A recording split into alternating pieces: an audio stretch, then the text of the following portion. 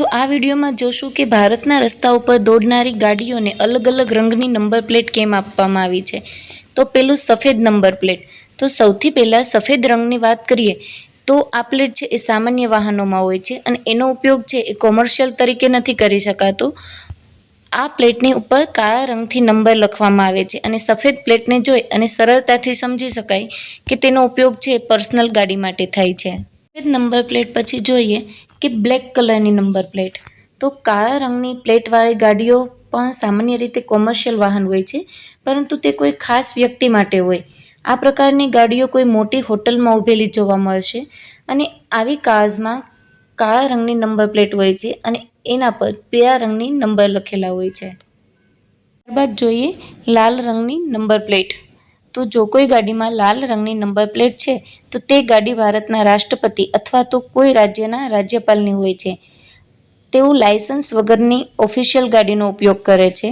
આ પ્લેટમાં ગોલ્ડન રંગથી નંબર લખેલા હોય છે અને તેની ગાડીઓમાં લાલ રંગની નંબર પ્લેટ સાથે અશોક ચક્રનું નિશાન પણ બનેલું હોય છે। હવે જોઈએ પીળા રંગની નંબર પ્લેટ।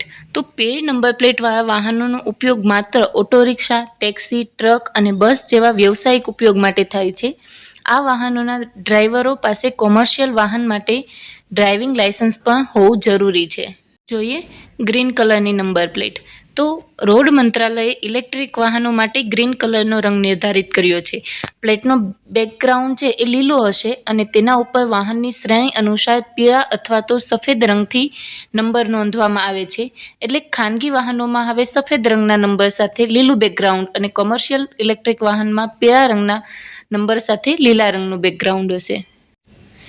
હવે આગળ જોઈએ બ્લુ કલરની નંબર પ્લેટ। તો બ્લુ પ્લેટની નંબર પ્લેટ એક એવા વાહનને મળે છે કે જેનો ઉપયોગ છે વિદેશી પ્રતિનિધિઓ દ્વારા કરવામાં આવે છે અને આ રંગની નંબર પ્લેટની ગાડી તમને દિલ્હી જેવા શહેરોમાં જોવા મળે છે। બ્લુ પ્લેટ એ જણાવે છે કે ગાડી વિદેશી દૂતાવાસની છે અથવા તો UN મિશન માટે છે અને આ પ્લેટમાં સફેદ રંગથી નંબર લખેલા હોય છે। ત્યાર પછી જોઈએ કે તીર સાથેની નંબર પ્લેટ। તો આ નંબર પ્લેટ સૈન્ય વાહનોમાં અલગ પ્રકારની નંબરિંગ પ્રણાલીનો ઉપયોગ કરવામાં આવે છે અને આવા વાહનોના નંબરને રક્ષા મંત્રાલય દ્વારા જાહેર કરવામાં આવે છે। આવી ગાડીઓની નંબર પ્લેટમાં નંબરને પહેલા અને ત્રીજા અંકના સ્થાન ઉપરની તરફ ઇશારા કરતું તીરનું નિશાન હોય છે, જેને બ્રોડ એરો કહેવામાં આવે છે અને આ એરો બાદ પહેલા 2 અંક એ વર્ષને દર્શાવે છે કે જ્યારે સેનામાં એ વાહન ખરીદવામાં આવ્યું હતું અને એ નંબર 11 અંકનો હોય છે।